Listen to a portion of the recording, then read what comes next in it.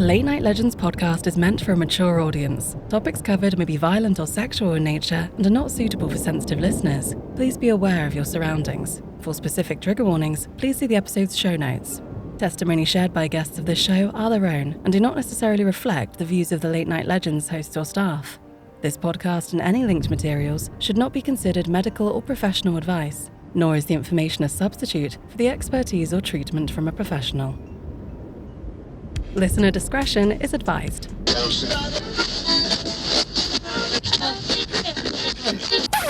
Watch out.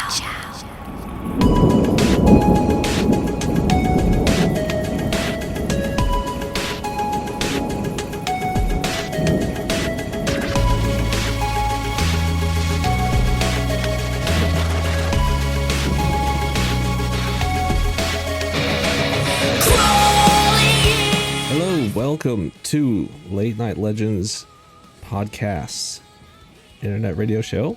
Did we say that?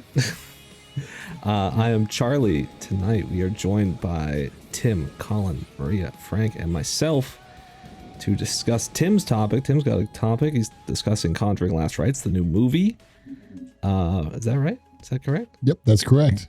Awesome. Sounds great. And so we're going to jump right into that. But first, I'm going to pass it to Frank. Yes. Thank you, Charlie. Amazing job. I'm going to give you a 9 out of 10. You would have gotten a 10 out of 10 if you were to mention that we're the finest content on the interwebulous stratosphere. Right. But that's okay because there's always room for improvement. First announcement, 2 weeks from now. So here's something that I'll say. 2 weeks from now, we're going to have a new host start. If you want to know who that is or meet who that is, head on over to the Discord, link in the description, and you can definitely see and meet that person, say hello. But outside of that, if you just want to watch that person start organically, it'll be 2 weeks' time. And the other big announcement that we've got is somebody had a birthday. No. Somebody turned 19. Not going to mention any names. 19, everybody. Happy birthday, 19. Tim! In the comments, put in the comments who you think is 19 out of this group. If in the comments, please put who you think turned 19. And if you say me, I'll pin your comment.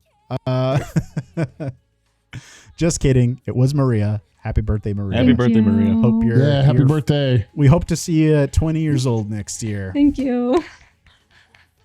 All right, great. With that being said, Tim, why don't you take us in? All right.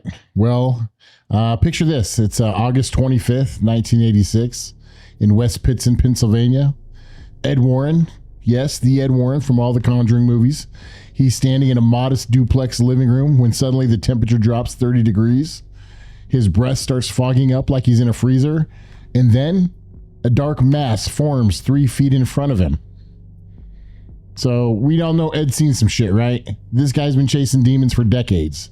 But even he wasn't ready for what happened next. Furniture starts jumping around like it's auditioning for a poltergeist movie. And somewhere in the darkness, a voice whispers, "Get out." But here's the kicker. This wasn't just another case for the Warrens. This was going to be their last. And now, almost 40 years later, Hollywood's turning it into what they're calling the final Conjuring movie. So I went and saw this movie yesterday. I'm not going to leave any spoilers. I'm not going to compare the real case to the movie.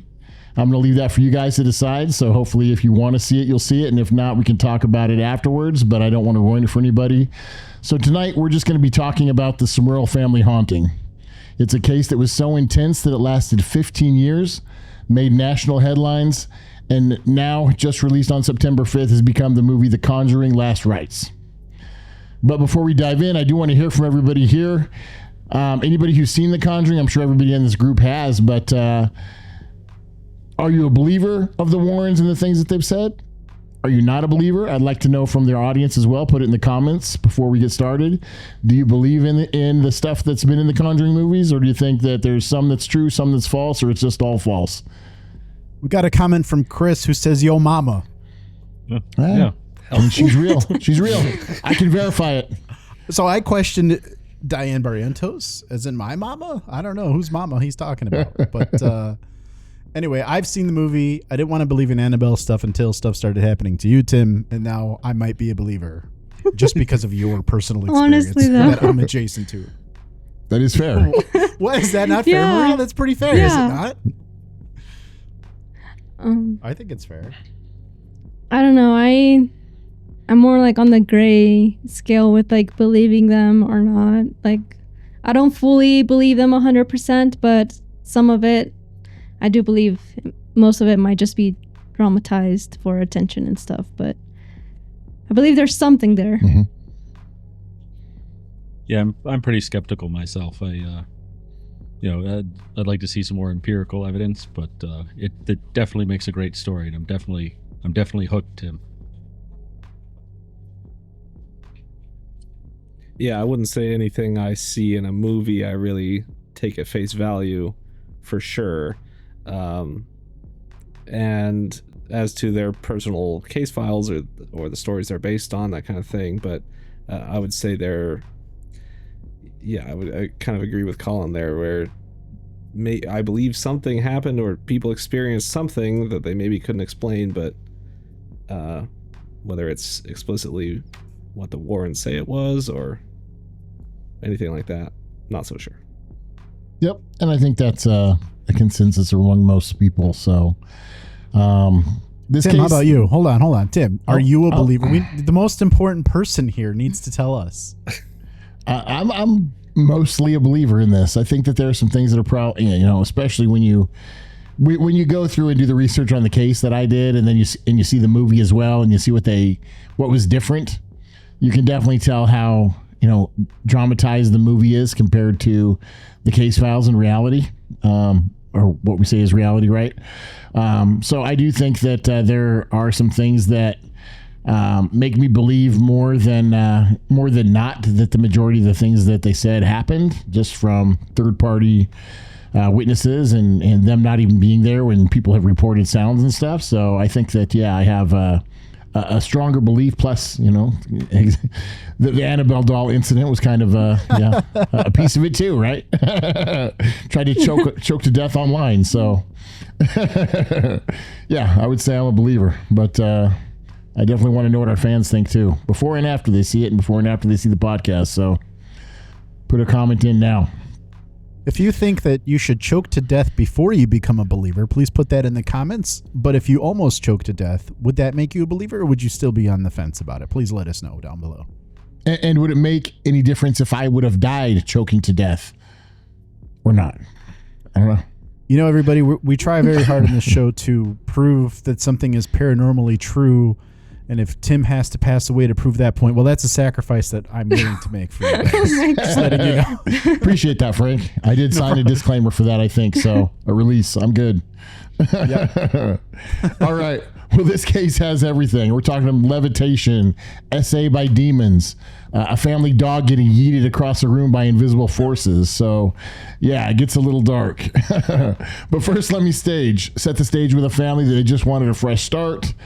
It was 1973. The Smurl family, Jack, Janet, their kids, and then Jack had his elderly parents living with them. They were moving into this duplex on Chase Street in West Pittston, Pennsylvania. It was not by choice, mind you. A flood had destroyed their previous home, so they were basically starting over with a fixer-upper home. And at first, life was good. Jack got promoted at work. The kids were crushing it at school. And then having grandma and grandpa around the house creates this perfect multi-generational household, kind of like a Hallmark movie, right? So this might, some people might say is the calm before the storm. And that's kind of what happened here. So by 1974, less than a full year later, things started getting weird. And I mean weird in the did I just see that or am I losing my mind kind of way. So it started with small things. Tools would go missing during renovation work. You know how that goes. You put a hammer down, turn around, it's vanished into thin air. Except these tools would reappear in impossible places, like inside locked cabinets or even on the roof of the house. So, I've done my share of home renovations myself, and let me tell you, tools do have a mind of their own, even without supernatural intervention. But this was next level. Then there were the paint issues. So there were fresh coats of paint and they would still reveal old stains bleeding through no matter how many layers they applied. Maybe they forgot the primer, I don't know, but it was an issue. Kitchen appliances would catch fire even when they were unplugged. And Janet started noticing these awful odors that would suddenly overwhelm the house, then disappear like someone was playing in the world's worst game of supernatural hide and seek. So, do you guys think that these might have just been old house problems, that they just weren't good at renovations or construction, or they were just kind of airheads and left their tools on the roof and didn't realize it? I've been in a house that has that problem with moisture, but I don't know that primer would have been the cause of it. That was the apartment building that our old host Jesse also lived in. That apartment building, specifically in the bathroom, had that same issue, but I didn't think it was haunted. It could have just been bad DIY. Just saying. Well, and that's kind of the thing about these early incidents, right? They're just ambiguous enough that you can't explain them away. But you can at the same point, right? So, it's just one of those things where it could go either way. But as things progressed, the Smurl started experiencing things that were harder to dismiss. They'd hear footsteps in empty rooms, doors opening and closing on their own, shadows that moved independently of any light sources, and then came the voices. So Mary, who is Jack's mother, and Janet started hearing voices that sounded exactly like other family members. Janet would hear her mother-in-law calling her name from empty rooms. Mary would hear Janet and Jack having these violent, profanity-laden arguments that never actually happened. Now, I don't know about you guys, but in my family, we have plenty of real arguments. We don't need any supernatural entities making up fake ones for us. We're perfectly capable of creating our own drama. Thank you. But seriously, imagine how terrifying that would be, hearing your loved ones' voices, saying things they never said, calling for help when they're not even there. What do you think the psychological impact of something like that would be on a family? If you hear somebody say something, but then you realize it wasn't them, but you heard it in their voice, some scary you still stuff. question that. I'm sure you wonder, hey, did they say that shit about me? That'd be freaky, that's for sure. Yeah. Yeah. I know I would probably be like, no, you're just trying to take it back, right? Anytime there's a maybe ghost that's assuming the identity of somebody else, it's like especially scary. Anytime that happens, or anytime there's anything assuming somebody else's voice or anything like that, that is actually like next level. It's not just your regular. Yeah, and this way, like, it sounds like it's trying to instigate like arguments within the family to push them farther apart. So. Yeah, and this is in a time before AI could clone voices, so harder to explain it, right? So that's when things really went from maybe we're imagining this to, okay, something is seriously wrong here. And because the entity, and right now I'm going to call it an entity, it wasn't content with just messing with their heads anymore. It was about to get physical. So this is where the story really takes a hard left turn to absolutely terrifying territory. We're talking about physical violence that left actual evidence. First was a ceiling light fixture. It was a heavy, securely mounted fixture. There was no reason it should ever fall. But one day, without any warning, it came crashing down and cut one of the Smurl daughters. Just boom. No vibration, no structural failure. Nothing that would explain why a perfectly good light fixture would suddenly decide to attack a child. So usually there's a reason for this, right? If there's like an earthquake or say you live by a train track, it's rattling something, or anything. But not just out of the blue. But they couldn't find any damage, anything that would have caused it. But it gets worse. It gets much worse. The family dog, and this is the part that really gets to me, because I have a dog. I like dogs. This poor innocent animal was suddenly picked up by an invisible force and hurled against the wall. So we're talking about a beloved family pet that had never shown any signs of aggression or fear, just thrown into the wall like a rag doll. So I know I've heard in the past that animals are more sensitive to supernatural presences. Yeah. Have you guys heard that before? Yep. You think there's truth to that? Is it like an energy thing? Because I know they can. I feel like they can detect people too. Like if you're a bad person, they usually kind of identify you. Yeah, especially with dogs. Yeah. Yeah. I think with cats I think with cats, they're the ones projecting the bad aura. No. So like that's No. Agreed. I will defend cats. No, cats are. But I'm allergic to them too, so I. Me too. But no, I think cats also pick up on Coincidence? like things. If anything's like just odd, they'll pick it up. And yeah. I heard that cats will jump up on a baby and try to suck the soul out of a baby if you're not careful. Like if you're not watching your cat. I heard it. They'll try to take Must away be true. the baby's breath. Must be. I've seen cats snuggle up with babies and sleep with them. And there's pictures of me as a baby with cats. I So. don't know. I think Harrison in HR would say otherwise. So I think it depends on the Harrison's cat. not You here talking like a tonight. cheetah? I think it'll eat it. Actually, there are no. I just learned this. There are no documented accounts of a cheetah ever attacking a human. They're Really? they're very They're docile. pretty weak. Yeah, they're fast. They min-maxed everything on Yeah, they're- speed. I would like.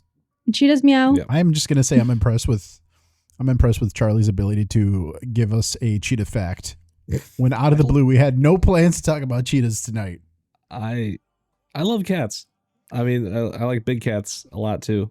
Yeah, cheetahs are pretty chill. They're kind of more like dogs, honestly. When they raise cheetahs in captivity, they give them a golden retriever. That's like their bonded like companion animal. In 2026, we're going to have Carol Baskin on as a guest. Make sure you tune in to that Late Night Legends episode. All right. Let's get into the incident. Sorry. It's all good. Let's get into the incident that put the case on the map. So, Janet Smurl claims she was lifted off the ground by an invisible presence, 6 feet in the air, and then violently thrown across the room. So, I've heard a lot of levitation stories before in films, and I think I've seen them in some of the other Conjuring films, and it seems like a common occurrence. So I don't know if it's something that that is normalized by the supernatural, but I feel like it's a part of at least what the Warrens' stories entail. Outside of that, though, I don't know. Have you guys heard of a lot of levitation stories outside of that? I've actually remembered that looking into Maria's topic from last week, there's actually a paranormal ritual game that children play called Light as a Feather, Stiff as a Board. Yes, we didn't talk about that one, but that is something where people will try to levitate. And I don't know how that one's played. I just actually came across that while kind of editing that show. But I'm curious to see. Yeah, I how think we that talked works. But about it is briefly something that like in happens. a couple episodes back. But yeah, you just like hold a person with like two fingers like this, and like they supposedly feel lighter when you're lifting them up. All right. Well, something to. Speaking of last week's show, I got to ask now, Colin. I know you were planning on jumping in your elevator and trying. I did that. yeah. Nothing Did you do happened. that? Absolutely nothing happened. Don't worry. Oh. You got to play until something I can happens. try again That's the tonight. I'll try to rule. film You have to keep going. How long Twice, did you actually. try? Come on. Yep. Twice. Okay. Yeah, I'll Well, try again. You can try again. I'll go until I get a result. Get All back right. into that. If at first you don't succeed. Third time's a charm. All right. So after Janet's levitation incident, there was actually an incident where both Jack and Janet had reported being essayed by supernatural entities. So Janet described being visited in the dead of night by what she called a malevolent force. And Jack claimed that a succubus attacked him in broad daylight while he was watching a baseball game in the living room. And I know this stuff is hard to hear, but it's kind of strange to talk about too. But whether you believe in supernatural or not, they were actually suffering. You know, they were expecting help for this while they were still experiencing something traumatic, and they couldn't seem to get any help. And the Smurl case is really different from a lot of other alleged hauntings because it wasn't just the family that was reporting this weird stuff. The neighbors actually started getting involved as well. So multiple neighbors reported hearing screams, crashes, and other disturbing sounds coming from the Smurl house. But here's the kicker. They heard these sounds even when they knew the family wasn't home. So they could hear clear sounds of distress and violence coming from an empty house. So does that change your opinion on, hey, maybe there's more truth to this if there's a bunch of people saying they're hearing this when nobody's even home? I mean, I feel like I'm more inclined because the neighbors have less to gain, like notoriety wise or monetarily. I'm more inclined to believe it. But stuff can still happen in the wintertime. You get pipes that are fluctuating with heat and hot and cold. That can make some noise. There's stuff that can still. Yeah. And you said this was like a Kinda duplex type? yeah. So Yep. like only their like section of the duplex was the one that was like experiencing that, like the neighbors, like they didn't experience it. They were just hearing it happen. Apparently, yeah. From what I could tell, they were part of the witnesses of hearing the noises and the screaming and the distress, but that nothing affected them individually. But they did know when no one was there and there were still those sounds. So maybe it was So- like more and targeted I to mean, like the family instead of like the land. Yeah, and who knows? Maybe it's like you said, Frank. Pipes and stuff. Maybe it's one of those where because something weird's going on in the house because you have neighbors, your mind plays tricks on you. So you It hear could be a it. raccoon in the attic, man. There's all kinds of stuff. Could be a lot of things, I guess. Well, I mean, some of the neighbors did end up calling the police. The officers who responded found nothing unusual. The sounds would stop as soon as the authorities arrived, only to resume again after they left. Kind of like they had a police scanner and listening in on the cops, knowing they were coming. By 1985, though, the Smurl family had reached their breaking point. So we go back to the start of this. So how many years are we in now? We're in well over 10 years into this. And they waited that long. And this part kind of makes me feel more credible about this story is it went on for this long before they really got a lot of other people involved, right? They weren't trying to do this for notoriety. They were obviously trying to get through the house. They tried everything. They had multiple priests bless the house. They attempted private exorcisms. They had consulted different doctors and psychologists, but nothing worked. And the phenomena continued and got worse over the time. So they made a decision that really would change everything. They decided to go public with it.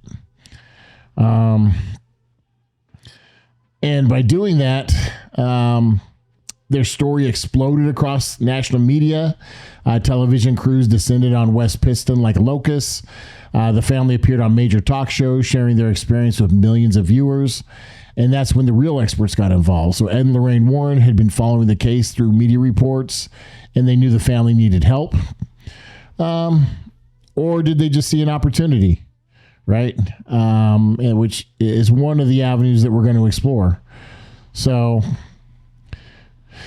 in August 25th, 1986, was the day that would validate everything the Smurls had endured or added a layer of controversy to an already explosive case. This is when Ed and Lorraine Warren arrive at 328 Shea Street with decades of experience, sophisticated recording equipment, and an absolute certainty that they could identify and combat whatever was terrorizing the family. Now, for the two listeners of ours who have never heard of the Warrens, Ed was a self-proclaimed demonologist, and Lorraine claimed to be a clairvoyant and trance medium. Together, they investigated some of the most famous hauntings in American history. I know we've talked about them before on our channel. A lot of them in cases that are similar to this. I think the Enfield haunting was one that we just chatted about recently that I covered that is kind of similar to this case. But they actually had police verify some of the reports. Anyway, they were basically the paranormal power couple of the 20th century. So like if Ghostbusters were real, but with more crucifixes and less proton packs. So Ed's first night in the house becomes the stuff of paranormal legend. He later described the experience to reporters, and it's this encounter that I opened tonight's episode with. I did not have time to wait moments, Ed told the Times Leader newspaper, when the very thing I felt was dropped in temperature of at least 30-some degrees. Then a dark mass formed about 3 feet in front of me. There was a sound in back of me I could hear rattling around. Ed tried to combat the entity using traditional methods, holy water, holy oil, and a crucifix. According to his account, the entity responded with violence. Furniture started jumping around, mirrors shook throughout the house, and the temperature kept dropping. So, here's where things also get a little more interesting. After Lorraine did her psychic survey of the house, she made a startling announcement. The Smurl's home wasn't just haunted by one entity. According to her clairvoyant assessment, there were 4 distinct spirits that were inhabiting the duplex. So 4, not 1, not 2, but 4 different supernatural entities all hanging out in this one house like some kind of paranormal sitcom. So at that point, they should probably be paying rent, right? Yeah. You got 4 spirits in one duplex. Yeah, that's why they were arguing probably, with each other. Yeah. What did you say before Good that, value for Colin? money. Yeah. Oh, good value for money. Yeah. Or an occupancy code violation, right? I mean, they already had what? The parents, the kids, and the grandparents living there? It's a lot of people. So, and I don't know, I haven't seen a lot of other cases that I've looked into where there have been multiple spirits that have inhabited the same location for something like this. I don't know if you guys have any off the top of your head. Just Casper, where there's those 4 ghosts.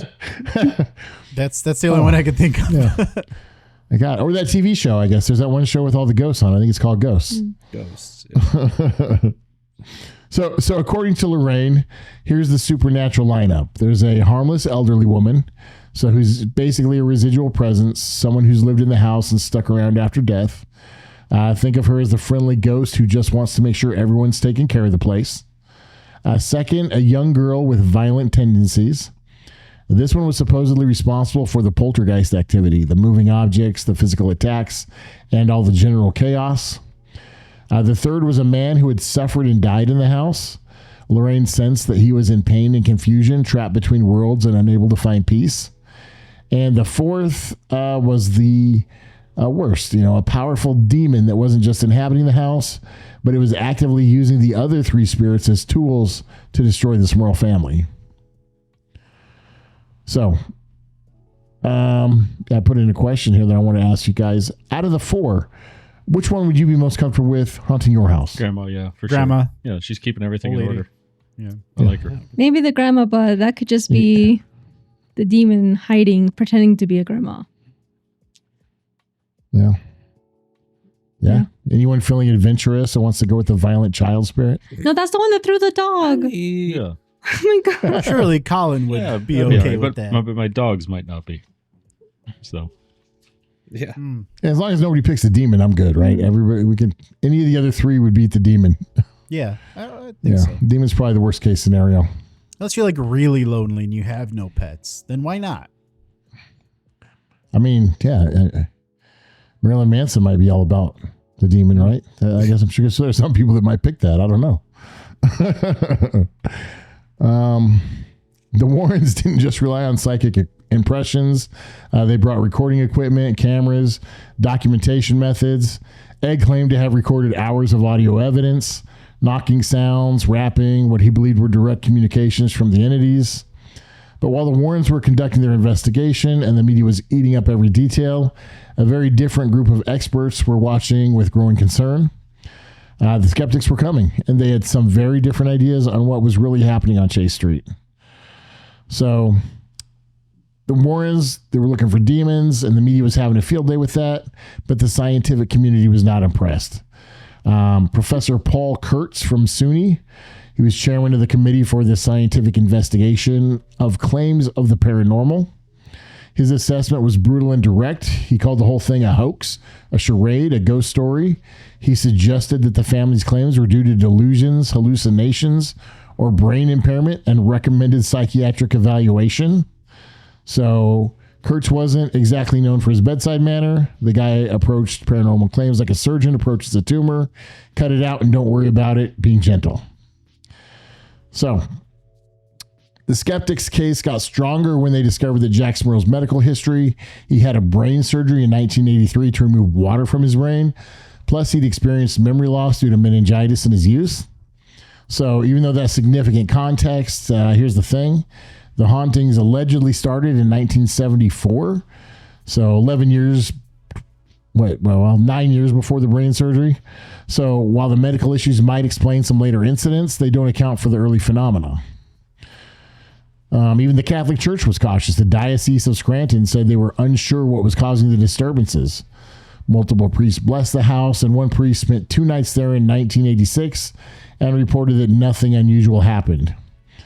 So either the demon was on vacation that weekend, or they just didn't want to deal with the clerical authority. So we're getting close to the end here, but so far I'd like to hear your take. So with the church, the skeptics, everything else, from what you've heard so far, what are your thoughts? Well, certainly, yeah, that the medical diagnosis kind of calls a lot into question. I mean, even if some incidents were before the brain surgery, I mean, there still could have been things going on before that, and said he had meningitis as well. Yeah. Mm-hmm. So 1986 was a hell of a year, Charlie. Let me tell you. yeah, Top Gun was in the theaters. People were.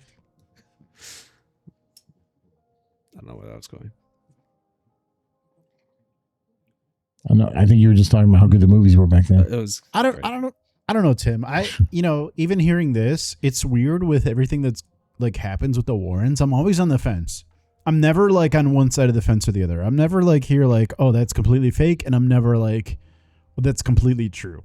Something about every single story that happens around them, for some reason, I don't know why I'm always on the fence. I think that this story, along with some of the other things that have happened to them, there's always some element that has me just thinking like, that might be true because of, X, Y, Z. For me, the pets getting involved and the neighbors, for me, suggests something might be going on there. But I don't know, man. You know me, like I'm usually pretty skeptical about everything, but this one, this one still has me on the fence about everything. I think this one maybe. Here's the thing. I would say at least at the very minimum, this. Maybe nothing was going on there, but I believe that the family thought that there was, which is not to say that there is, but their perception might be that there was. So that I think at minimum, I would say that's where I would live. What do you think? Yeah, that sounds pretty reasonable. I mean, I'm not a big believer myself, but I mean, obviously they thought something was happening. Something was taking place. So I'd be inclined to hear. Yeah, I'm not gonna Yeah, like I don't completely negate it. And like even if the like clergy people didn't experience something, that could just be the spirits like choosing not to do anything so that they wouldn't get rid of them, So you can also explain it away that way. Tim, what about you? How do you feel about this one? Well, the way I feel about this really is I feel more I'm more of a believer in this than not believing it. And the reason being is just because of the amount of people and evidence that have been surrounded for the story. Having neighbors that were witnesses, having so many people inside the house. So, you've got the mom, the dad, the 2 daughters, the father and mother. You've got the Warrens when they came in. That's just a lot of people to be complicit in the story just to do what? They didn't make any money off of it. The Warrens did, but the Smurl family didn't, right? Do you think the Smurl a couple of questions for you, Tim. Mm-hmm. A, I know that you saw the movie. Do they call them the Smurl family in the movie? Yes? Yes. Okay. Do you think they would have made any money as of this movie coming out? Yeah, probably, potentially, but Okay. I don't even know if the parents are still alive at this point. Well, maybe the families. And then I was going to also ask you, how does this story, because I know you've been following The Conjuring a bit like we all have, but how do you feel like this particular movie and story matches up versus some of the others? Yeah, and I don't want to leave any spoilers on the movie, but I will say, out of all of the movies that I've seen that are in the series, this one was probably my least favorite. That's probably why they made it last. Yeah. maybe they saved the worst for last. It really wasn't super entertaining. There was I'm in it for the paranormal and the spookiness of it, but they really added when they try to add like the human element and the character stories a little more than the actual incidents. How closely would you say that the movie followed the reality of what was said to have happened? From the actual incident portion, I'd say it's probably like 75%. Okay. Yeah, it's not Okay. bad. So Not too bad. it's not inaccurate. It's pretty good. It's just there's this whole storyline that is built around an untrue piece to get to the true piece. If that makes sense, without giving it all away. So, I'll chat with you guys after the show, and give you more detail if you want. But if you're listening to don't this, want to ruin it for our viewers. Put in the comments how you feel about these questions. If you have seen the movie, and if you do know the real story, put down in the comments your thoughts here, because I really want to know if you've seen this movie, how you feel that this actual real story compares to that movie. Would you say it's at 75%? Did you like this movie itself?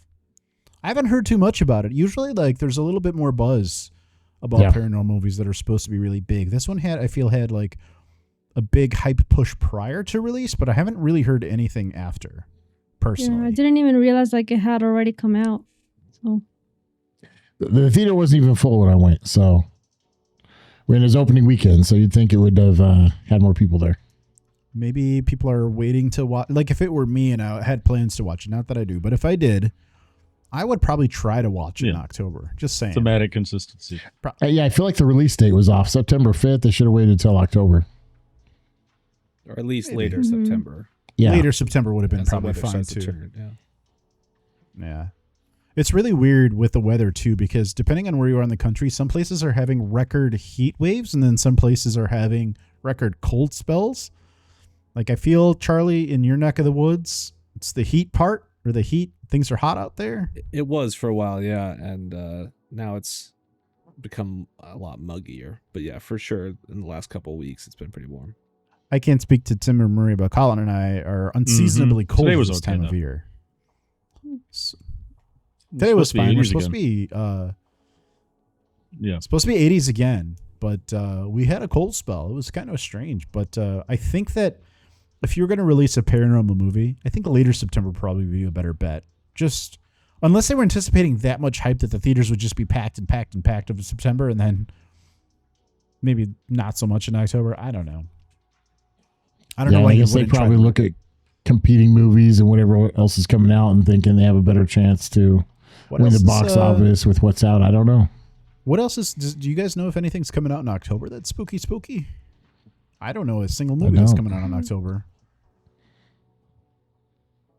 I don't really keep up on most movies that come out. Charlie's gonna find out for us. Oh, I think we got 3 people Googling over here.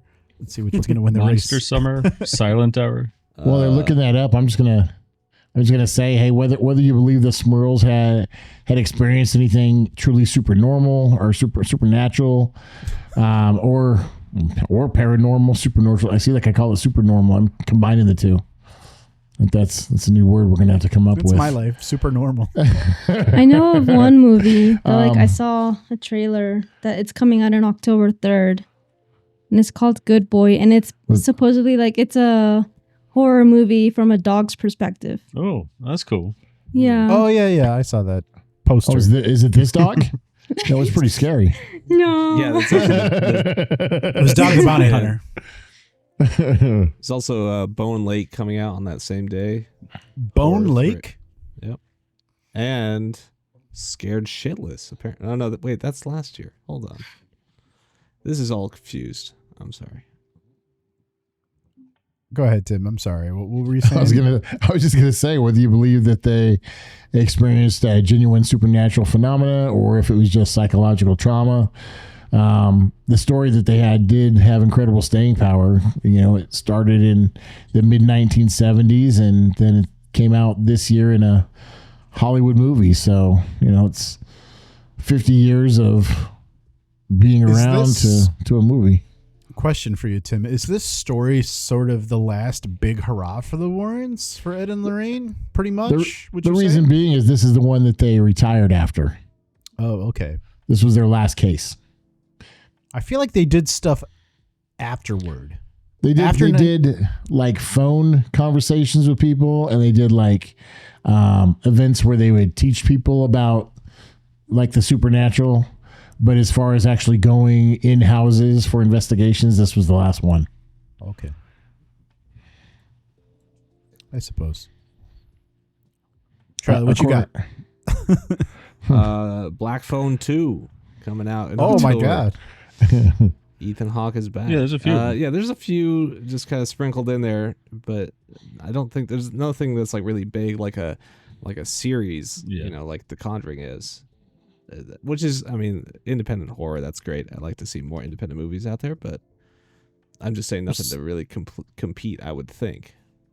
There's something about like B-list horror that does not take itself seriously. That like there's a lot of that. We need more horror that actually tries to take itself seriously, like Conjuring movies or like the Insidious movies are like that. There's a lot of like kind of funny, kind of scary, like that Terrifier movie. Like there's stuff like that out where it's like kind of low budget, kind of funny. Well, I saw another one that was a little. I don't know if it was funny or if it wasn't really scary. There were jump scares. It was called Weapons. Oh, I saw it last Wednesday. Someone this weekend on Netflix, it was like a low budget B movie from Italy called Blacksmith. Don't watch that one. Just stay away. Steer clear of that one, guys. Let me just tell you. Sorry. Yeah, we got that movie Him coming out. That's again still in September. It's like a horror thriller about football, which kind of sounds interesting to me. What do you guys like as far as like horror movies go? Which ones do you look forward to? Like if there was another one, if you're talking about like a series of movies, I personally, I tend to enjoy Purge movies. So I don't really care what happens. I just like seeing like people like maybe apocalypse starting type stuff like that to me. I don't know why I like that stuff. I'd say for scary movies, I like these. I like the Conjuring movies. I like, just kind of that demonic side of it, I guess. It sounds terrible, doesn't it? But, I mean, No, I don't think I find it a little more scary. So it, gives me my adrenaline rush that I need. I'm with Tim. Like, I prefer actual paranormal movies and like a lot of like Asian horror movies. They're really good. Because they're really scary. for slashers and stuff, like I just like it's a person. You could like just shoot them or something, you know. Yeah. Except for maybe Michael Myers, can but tell like you The that, reason like- people don't survive those is because they're yeah, not but like smart. Michael Myers and like Jason Voorhees, like all of them, like it has like a little supernatural twist to it, so like that's fine. But like regular slashers, I'm just like, There's also like within like the Jason, like the Friday the 13th Jason movies, there's also like a comedic element that they really haven't played up since the 80s that was kind of funny about them. But like I can tell you that there's again still a little bit of that funny like haha kind of a cheesy low budget, and some of that is the charm of those movies. But that's one of the reasons why I like some of the Asian horror movies. Like I can tell you like none of the Ring movies are allowed in my household, even though I have them. My wife just refuses to humor the idea of watching like any of those Ring movies. So a lot of those are pretty bad, or pretty good because they take themselves seriously and they're executed pretty well. I also like to see every once in a while, I feel like they release a new Exorcist movies. Those tend to be pretty okay. Not like the Exorcist 2 and 3 when those came out, but like the more recent ones tend to be pretty good popcorn movies. Like there's that one that was like the Pope's Exorcist that had Russell Crowe, right? Yeah. That was pretty Yep, good. yeah. I enjoyed that one. Yeah, the new ones have been pretty good. Colin, what do you look for when you're looking for a paranormal movie? Or what do You you know, like? I actually like the low budget, the cheesy ones. I'm a big fan of schlock cinema. So any kind of B movie, Okay. Low budget, filmed over a weekend kind of thing. I love. What do you got for a recommendation tonight for anybody listening? One that I watched that was actually pretty good and got under my skin a little bit was Woman in Black. It's not really cheesy, but it's a Woman in ghost Black. story, and it's done kind of like a paranormal investigation, and it's just kind of creepy because you never really get confirmation what's happening. I like that when it's left it kind of ambiguous. Decide for yourself. I like movies that like are definitely supernatural, but maybe border into the scary a little bit, but not really. Like I really love Big Trouble in Little China. That's like one of my favorite movies of all time. that's But just it's not a great horror. film. No. It's just a great film. It's a cinematic masterpiece. Jack Burton. Okay. Yeah, my favorite just wants films his would be the truck back. ones that you have to watch a second time because you saw it the first time, like Fight Club, right? You watch it the first time, and then the next time you're like, oh, yeah, I'm definitely watching it again right after because of the twist, right? Those are probably my favorite. Yeah, I read a story about Fight Club that Brad Pitt and Ed Norton went to the screening, and it was not well received. People were booing the movie, and Brad Pitt goes to Ed Norton. He's like, that's literally the best movie that I'm ever going to make ever in my entire lifetime. And he was right. It's because people have to go back and rewatch it to really get it and understand it and just see that Appreciate there's more it. to it than to appreciate it. There's more to it. Yeah. I never even saw Fight Club until I was in college. My freshman year of college, there was a whole class on, I was not even a movies class. It was actually just a critical thinking class, but we watched a few movies that were like smart movies, and Fight Club was one of them. And I didn't realize it at the time, but damn, Fight Club was fucking awesome. And I didn't realize it until after I watched it. We were analyzing it scene per scene, like how crazy of a great movie that was. I definitely recommend that. Not horror, but pretty cool conceptually. Yeah. Yeah, I love a concept movie that, you know, where the story is really the star, and like or the performances, not so much just a slasher or a, you know, jump scares kind of thing. I like more of a thriller concept, you know, Silence of the Lambs or Let the Right One In is a fantastic film. Did you watch that Red Dragon one, Charlie? Did you like that one? Yeah. Red Dragon's great, and what's amazing. The last one is just called Hannibal, right? Hannibal's so good. Speaking of Ed Norton, he's in Red Dragon, right? Yeah, Red Dragon. He's the cop in that movie. I got to tell you, the first time I saw that, I just put it on thinking like, this is like, I thought to myself when putting that one on, this is like the B movie to Silence of the Lambs. This is going to be the not so good one that nobody watches straight to VHS. Man, was I wrong. That movie was amazing, and I didn't have enough time to watch it through, and I got to tell you, like, stopped halfway. I was like so impatient to watch the other half. Incredible. I think we should have a just a day where we just talk about paranormal movies and what we like. That would be great. I mean, since everyone like kind of suggested one, list. I guess I recommend The Wailing. That's a good movie. I think I saw that one. What's that one about? Premise, there's this new neighbor in like this little village, and there's like a disease going on, and they're like investigating it, but then some creepy stuff starts happening, and it's all tying back to that neighbor. Write that one down. I actually don't think kind I of saw slow that one, burn, but like it's really write good. that down. Good I'm twist, gonna write I would myself say. right now. Cool. I like a twist. Do you guys remember the name of the one? I remember watching one that had what's his name, Joshua Jackson, and I think he like moved to Japan, and he kept having these back problems. And when they took the X-ray, there was like a lady on his back, like you couldn't see it. What was that one called? That was so good. It's an older one, right? Again. It is an older one. Yeah. What was that called, Charlie? Charlie, we got to look this up now because now I'm curious too. You know what else I was thinking about, even though it's not horror at all, just conceptually, because Charlie got me thinking with just a movie with a great idea. And then Maria reminded me of this movie also when she said that there's one coming out called Good Boy. There's a movie called Old Boy that was originally an Asian movie, and they remade it for America. And the American version is the one that I saw, which is, it's fucked up, but it's so good. And the one that was the Asian version is on my to-do list to watch because I heard it's so much more hardcore. So I can't wait. Have you guys seen that one? Yeah, the Korean version, and like The Wailing. That's also a Korean movie. The Korean one. Oh, cool. I'm definitely gonna watch The Wailing.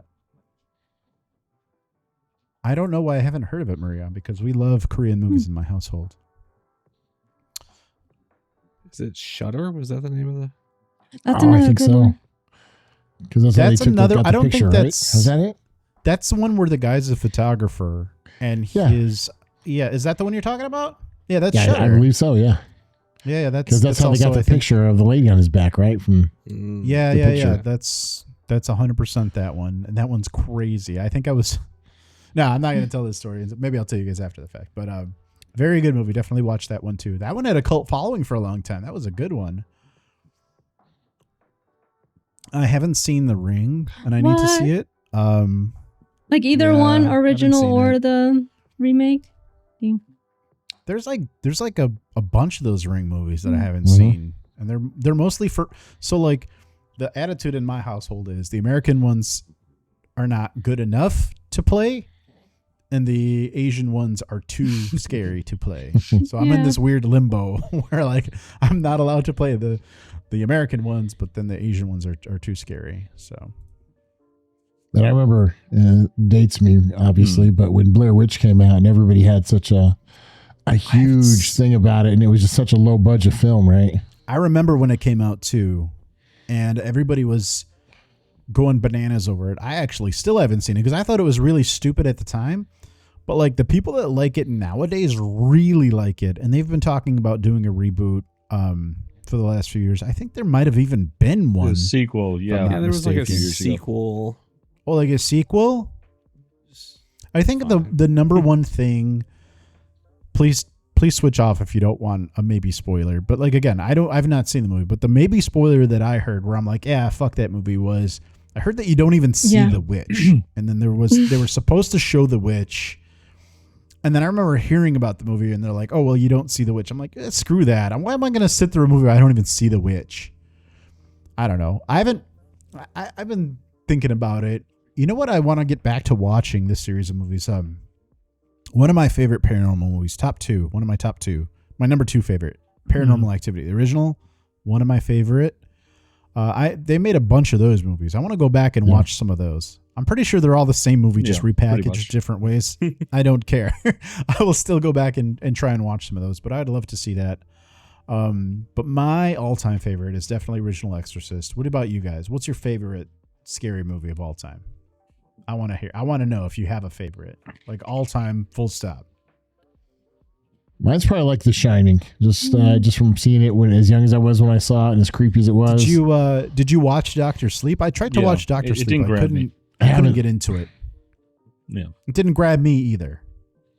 Yeah, it looked really cool, and they put in a bunch of references to the first movie, but that's not always enough. I think I checked out because when I started watching Doctor Sleep, I realized that it's not necessarily its own movie. They tried to like shoot a couple of scenes in the beginning of the movie where you're clearly watching actors that are trying to be the original actors, and I always feel like that's kind of in poor taste. So that's one of the reasons like it wouldn't grab me, is like I was watching it like, oh well, there's the wife and the son, and I'm like, but they're different actors and they look completely different manners. I was like, something that feels cheap to me about that.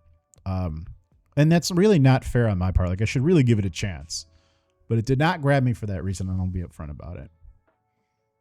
What do you think? Favorite movie of all time? Anybody? Favorite scary movie? Yeah. It's got Yeah, that's to a be great Event one. Horizon. Event Horizon.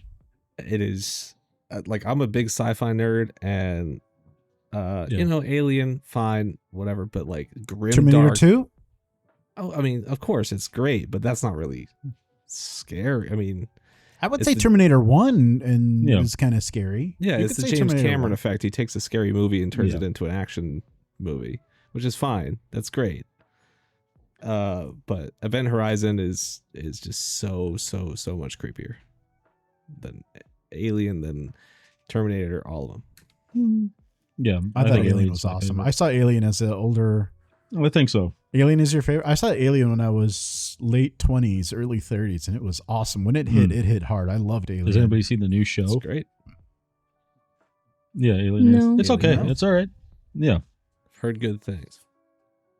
They keep pumping out Alien movies too. They got like everything after Prometheus and all that. How did that go? Yeah, Colin? Have you I've been watched keeping up with all of them. those? They're yeah. How are they? Are Romulus. they? Is Romulus worth? Yeah, it's worth checking out Romulating? just for shock value at the very least. Yeah. Okay. Maria, I think you're the only one that has not given us a favorite. I don't know if I have a favorite. You can say you don't have one if you don't. but like I know my first two scary movies that like I watched as a kid were Nightmare on Elm Street and then The Exorcist. And yeah, I like them, but like Nightmare on Elm Street definitely had that like shock value because like I usually don't get scared afterwards with movies, but with that one, it's like if you dream of it, then like, so guess those. I have not watched a lot of those Nightmare on Elm Streets. I'm of the understanding somebody was really trying to convince me the best one, I think, is number 2. I don't really know.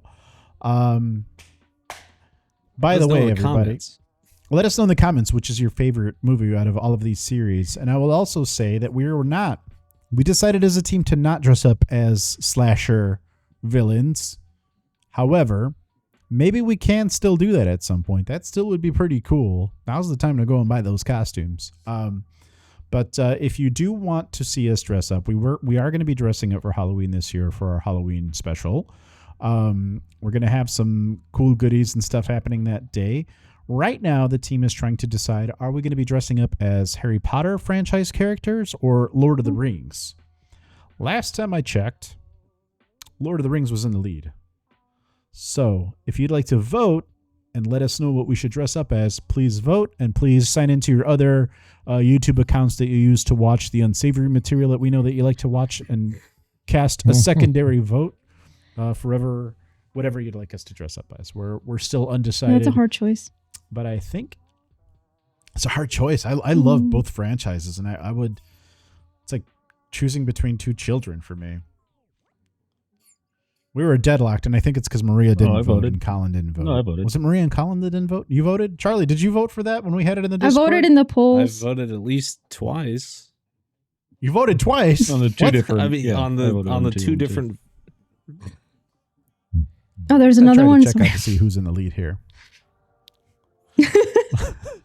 Well, I think they're all gone now. We're gonna need a new poll. So, or let us know in the It's comments. on YouTube. The poll is on YouTube that is currently active okay. for this. So definitely check out Late Night Legends YouTube channel where you can vote in our current poll for whichever one of those franchises that you think that we should do. We're actually deadlocked right now. I'm looking at the poll right now. Deadlocked. So the next vote's gonna push us in one direction or the other. Tim, do you got anything else, or do you want us to jump into final thoughts? Let's jump into final thoughts. Cool. Who wants to go first?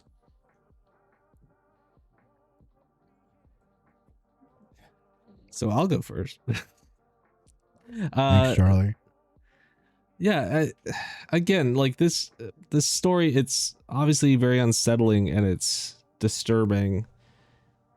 And I think that's true no matter what explanation there is, even if it's just if it is involving this guy's mental illness or just medical condition or whatever, that's disturbing.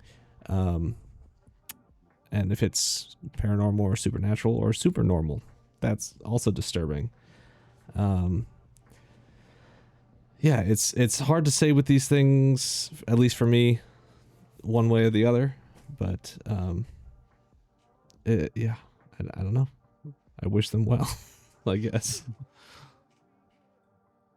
Maria, Colin, what you got for a final thought? Oh, I'm still skeptical on it, but like I said before, I think it's a great story. I think it's it's certainly a lot of fun as a film. I've enjoyed the series. I haven't seen the newest one though. But as far as whether it's true or not, I'm not certain. I'm convinced. I don't know. Oh, Maybe like there was something about this case that like for Lorraine and Ed to be like, okay, this is enough. Like we're done. Maybe there's something true to that. But yeah, either way, like Charlie said, like any of the explanations, it would still be like kind of horrifying. Because also like if it's not true, then I hope they didn't actually throw their dog. They just said that it happened, Yeah, I hope nothing happened to the dog. Yeah. So, but yeah, it's still an interesting case. I might watch the movie, but also might not. Wait till it comes out on Netflix. I'll just wait until it's like in a streaming service. Probably a good idea. Tim, before you give us your final thought, I have a question for you really quick. Mm-hmm. Do you believe that the movie could have been done better now that you know the actual real story behind what happened. Yes. Interesting. Yep. Okay. Fire away with final thought. I was just curious about that. Yeah. My final thought is, like I said, I do believe there's probably more truth to it than not. Just because of the evidence that I've gone through, with the recordings and the conversations and the neighbors reporting it and things like that. And just the sheer time frame of how long it lasted, from the mid 1970s to, 1986 when the Warrens showed up. It just seems like a very long time to deal with something and to have it documented and to have, even the police coming out and saying that there was nothing there. They were called throughout that, 9-year, 10-year time span prior to ever even going to the media to get attention for it, right? And it does seem very plausible that, the only reason they went that route is because they weren't getting any relief through any other methods, that they weren't truly looking for, any fame or notoriety or compensation from it. They were just trying to get help. So I think just based off that, I lean more to the side of it being mostly true. Do I think that maybe some things were, incorrect? Probably. I think that anytime we get in our heads about something, whether it be something that we feel is supernatural or something else, a lot of times we may perceive things differently than they are in reality. So, I don't think it's 100% true, but I do think that it's probably more true than not. Very well said. I wasn't thinking about this until you said it there, Tim, but I was remembering the topic that Maria did about the haunting, where she talked about that family in Colorado, where the police were totally like, oh yeah, this is 100% real. Let's put it down on a real report. I'm starting to give that a bit more weight to if I believe it or not, actually, now that we're considering this case too. But I don't know. Again, I think I'm in the Colin and Charlie and Maria camp where I'm like, I plumb don't know. But what I will say is I want to believe. But no, I really don't know with this one. I think this one would, I'm going to agree with Maria. This one might be one where I'll catch it on a streaming service when I maybe am cleaning the house or something where I don't need to dedicate my full focus, but it might be okay. I don't know. Tim, you didn't really give me a good sell on it to make me want to catch it, but we'll see. I look forward to seeing if there's anything else coming out within. I feel like if this movie does well, they're still going to somehow find a way to release more Ed and Lorraine movies. They're still going to figure out how to release more Conjuring if it does well. I don't know how they're going to do it, but that's how Hollywood works. If it's profitable, it's never stopping. They'll keep churning it out, right? Young Conjuring. Prequel Conjuring. See, we're at the end of the podcast now, so now I can give a few spoilers. So if you have anything, well, hold on, we got to go off air first. Don't listen. We can talk about. Oh, you want to give spoilers? Right? Okay, hey, listen. Click off now. If you don't want to hear them, just click off now. Yep. So I'll say this, just based off of what you just said, how they're going to make new ones. I'll say they're probably going to bring in their daughter and her husband, because that was one of the biggest storylines of this movie. So, and other spoiler alert is if you don't want to see a dog get thrown against a wall, don't watch it. Is it a real dog or is it a CGI dog? Yeah. I mean, I'm sure they CGI'd it to do the slam into the wall, but it's a real dog to begin with. Thank you for tuning in. Thank you for telling a friend. Thank you for willing it into existence that it's only a CGI dog and not a real dog that they got hurt in the making of this movie. And thank you for kissing Ghost Grandma on the cheek, because it's not the demon that's haunting you. It's just her. And she's a residual ghost that just is trying to make sure that you ate today and that you're well rested and not stressed and not working too hard. So we'll see y'all next week. Next week, what do we got on tap? Colin, tell the people what we got on tap. Abominable Snowman. Yes. Awesome. And then 2 weeks from now, we've got a new host starting. So you've got two options there. If you want to meet our new host or see our new host, you could either wait 2 weeks and join us live when we're going to have that person join us. Or if you'd like, go ahead and click down in the description of this video and join our Discord community where you can, as of even right now today, meet that new host, say hello, and join our spooky community in Discord. It is a blast. But thank you for tuning in. Thank you for tuning in, my friend. We'll see y'all next week. Have a great one, everybody. Bye. Bye. Take care.